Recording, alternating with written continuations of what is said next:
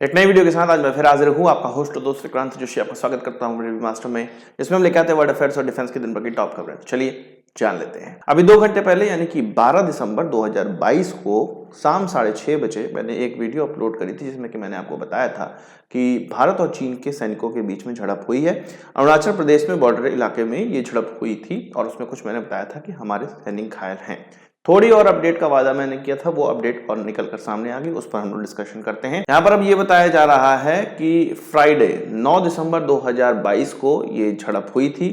कुछ जगह कुछ रिपोर्टों में ये बताया जा रहा है कि 11 दिसंबर 2022 को अर्धरात्रि में ये झड़प हुई थी, पर ये क्लियर है कि झड़प हुई थी और वो तवांग सेक्टर में हुई थी। अरुणाचल प्रदेश का वो भाग जो कि भूटान की तरफ लगा होता है और चीन की तरफ लगा होता है, उस जगह पे ये झड़प हुई है। और ये बताया जा रहा है कि बाद में ही जो मीटिंग होती है, जो मैकेनिज्म बना हुआ है, उससे ये झड़प रोक ली गई। चीनी ये सोच रहे थे, कुछ 300 की संख्या में वो लोग थे, चीनी ये सोच रहे थे कि भारतीय सैनिकों पर वो अटैक कर लेंगे, पर जब वो अटैक के लिए बढ़े तो उन्होंने देखा कि भारत भी उनकी तरह ही तैयारी करके बैठा है, बल्कि उनसे बेहतर तैयारी करके बैठा है।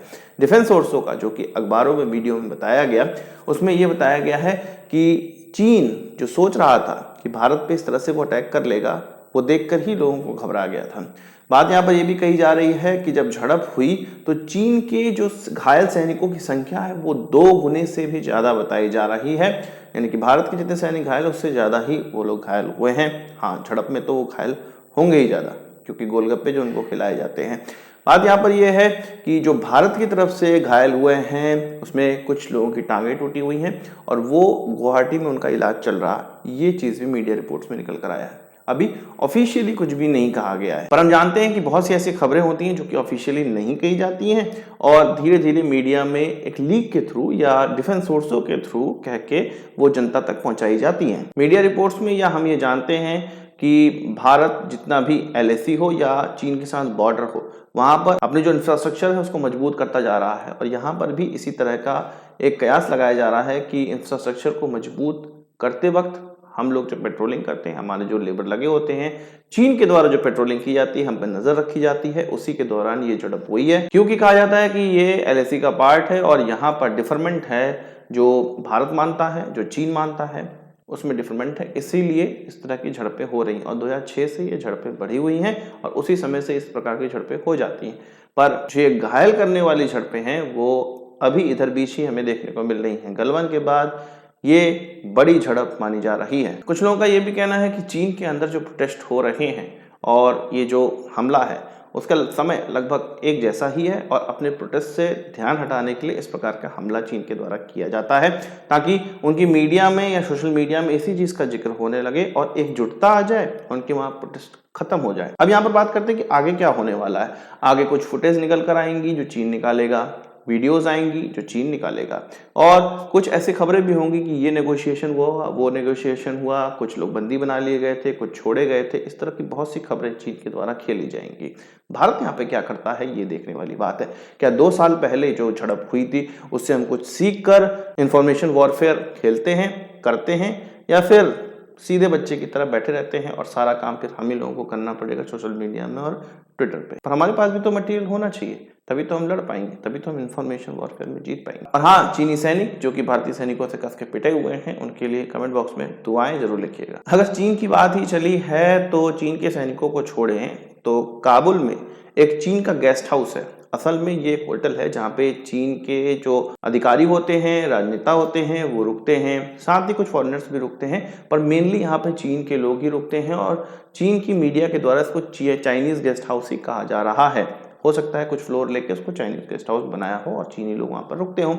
वहां पर एक अटैक, काबुल में एक बड़ा अटैक किया गया। हालांकि जो घायलों की संख्या है वो 2-3 ही बताई जा रही है, पर ये अटैक एक तरह से चीन पर किया गया, चीन के नागरिकों पे किया गया है। ऐसा मैं इसलिए कह रहा हूं क्योंकि 1-2 दिन पहले चीन के एम्बेसडर और अफगानिस्तान के डिप्टी फॉरेन मिनिस्टर के बीच में मुलाकात हुई थी और उन्होंने बताया था कि भाई सिक्योरिटी सही नहीं है अफगानिस्तान में, सिक्योरिटी पर ध्यान दें, और वो दिख भी गया। इसकी जो जिम्मेदारी है वो ISIS ने ली है, मतलब IS खुरासन प्रोविंस जो उनका एक भाग है उसके द्वारा ली गई है और इस तरह के अटैक अफगानिस्तान में उनके द्वारा बहुत ज्यादा किए जा रहे हैं। बात कर लेते हैं एयरबस की, एयरबस के स्पेन वाले विंग की, जिसका कि टाटा एडवांस डिफेंस सिस्टम के साथ टाई अप हुआ था और हम C295 खरीद रहे हैं 56 की संख्या में। भारत में इनका संख्या बनाया जाएगा। तो अब ये कहा जा रहा है कि इसमें 15 की संख्या में और एयरक्राफ्ट जुड़ जाएंगे। हालांकि ये एयरफोर्स के लिए खरीदे जा रहे हैं, एयरफोर्स के द्वारा इनिशिएट किए गए हैं, एयरफोर्स के द्वारा टेंडर दिया गया है। पर डिफेंस एक्विजिशन काउंसिल में अब ये कहा जा रहा है कि नेवी के लिए और कोस्ट गार्ड के लिए, इन दोनों के लिए ही 15 की संख्या में, 9 की संख्या में नेवी के लिए और 6 की संख्या में कोस्ट गार्ड के लिए एयरक्राफ्ट इसी टेंडरिंग के थ्रू और खरीदे जाएंगे। इसमें यह कहा जा रहा है कि उन सेंसर्स का इस्तेमाल किया जाएगा जो कि नेवी के लिए बहुत ज़्यादा आवश्यक हैं, चाहे वो सबमरीन पर नज़र रखने के लिए हो या किसी दूसरे विमान पे या किसी जहाज में नज़र रखने के लिए हो। इस तरह के इसमें सेंसर्स इस्तेमाल किए जाएंगे, तो उनके लिए इसको एक अलग प्रकार का एयरक्राफ्ट बनाया जाएगा, पर रहेगा वो C295 पर ही बेस्ड वो होगा। 2 एयरक्राफ्ट स्पेन की कंपनी या स्पेन की ये एयरबस बनाकर दिखाएगी और बाकी फिर टाटा को बनाना होगा भारत के अंदर। मतलब उन 15 में से 2 बनाएगी और 13 फिर भारत को बनाना पड़ेगा। अब बात कर लेते हैं म्यांमार की। आपको पता है कि म्यांमार पाकिस्तान के पेंट किए हुए JF-17 2018 में ले चुका है। 16 की संख्या में उसने खरीदने का वायदा किया था। 6 की डिलीवरी हम लोगों ने देखी थी कि हुई है, 10 की पता नहीं चला कि कब हुई या हुई भी कि नहीं हुई। तो म्यांमार पाकिस्तान के साथ अब ज़्यादा कॉपरेशन करने के चक्कर में पड़ा हुआ है।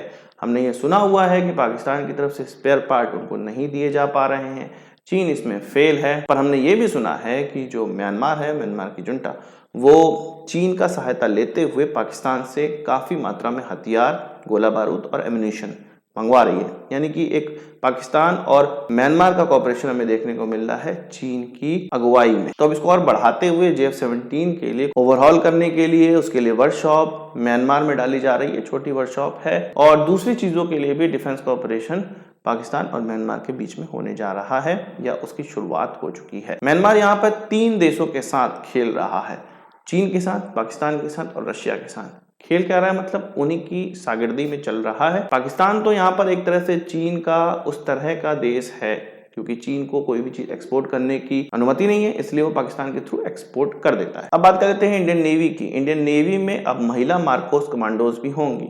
इंडियन नेवी के द्वारा ये घोषणा कर दी गई है कि जो नए अग्निवीर आएंगे उसमें जो महिलाएं आएंगी उनको वो मौका मिलेगा कि हमारी एलीट फोर्सेस के लिए अगर वो काबिल हैं तो उनको रखा जाएगा। यानी कि अब हमें मार्कोस में महिला भी देखने को मिलेगी। मार्कोस कमांडोज पे बेस पोस्टर हमारे पास है, आप लिंक डिस्क्रिप्शन में दिया हुआ, उसमें आप चेकआउट कर सकते हैं। अगर मन करे आपको तो खरीद भी सकते हैं। तो आज की वीडियो के लिए बस इतना ही। आशा करता हूँ वीडियो पसंद आया होगा, आपको बड़ा हमसे जरूर देंगे। इस वीडियो से मुझे सवाल सुझाव हो कमेंट बॉक्स में जो लगेगा, और यदि आपने हमारे चैनल सब्सक्राइब नहीं किया उसे भी कर लीजिए, क्योंकि हम इस प्रकार की वीडियो लाते रहते हैं। नमस्कार, थैंक यू, जय हिंद।